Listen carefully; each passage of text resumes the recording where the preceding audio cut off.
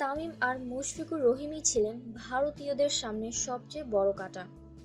দুজনের 123 রানের জুটি বাংলাদেশকে 250 রান করতে সাহায্য করে। এক সময় তো মনে হচ্ছিল বাংলাদেশের রান 300+ হয়ে যাবে, কিন্তু দ্রুত বাংলাদেশের উইকেট পড়ে যাওয়ার কারণে সেই রান 220ও পার হবে কিনা তা নিয়ে সংশয় দেখা গিয়েছিল। 8 নম্বরে ব্যাট করতে নামা মাশরাফি বিন মর্তুজা কিন্তু ভারতীয় বোলারদের সামনে শেষ মুহূর্তে বিভীষণে পরিণত হন।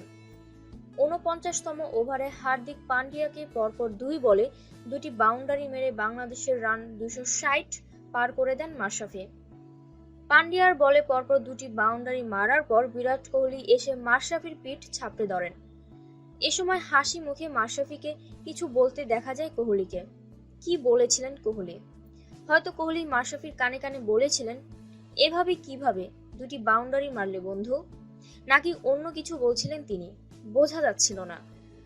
তবে হৃদ্রতাপূর্ণ সম্পর্ক যে বজায় রয়েছে সেটা বেশ বোঝা গেল। ক্যামেরা তখন আবার ঘুরে গেল মাঠে বসানো একটি হোর্ডিং বোর্ডের ওপর। সেখানে লেখা গুড ফর ক্রিকেট।